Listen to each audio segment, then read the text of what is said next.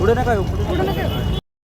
काँग्रेसने सुद्धा आंदोलन केलं काय? आज या भारतामध्ये आणि या शहरामध्ये देखील जी वोट चोरीचा प्रकार चाललेला आहे, आता कालपर्यंत कंट्रोल चार्टला जी नावं होती, आज रात्री यादी जी प्रसिद्ध झाली त्याच्यामध्ये प्रचंड घोळ आहे. आणि हे फक्त इथे शहरात विकास न करता फक्त याद्यांचा विकास करतात आणि निवडून येतात. यांच्या विरुद्ध हे आम्ही जन आंदोलन उभं केलेलं आहे. मनसे, राष्ट्रवादी, उभाटा, काँग्रेस या सर्व पक्षांनी मिळून हा आज जन आंदोलन केलेलं आहे. हे वोट चोरी बंद करा आणि न्यायाने लढा. खरंच शहराचा विकास करायचा असेल तर ही वोट चोरी बंद करा.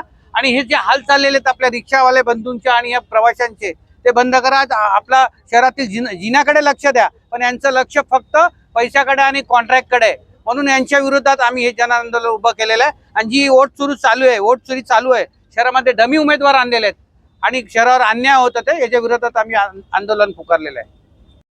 या ठिकाणी आंदोलन करण्याला काय सांगितलं? मतदार याद्यामध्ये घोळ आहे हा वेळोवेळी आमच्या राजसाहेबांनी निदर्शनास आणून दिलेला आहे. आणि बोगस वोटिंगमुळे जे खरोखर चांगले कार्यकर्ते असतात ते निवडून येत नाही आणि या बोगसच्या जीवावर हे लोक निवडून येणार, त्याच्या निषेधासाठी आज महाराष्ट्रात आम्ही मोर्चा काढलेला आहे.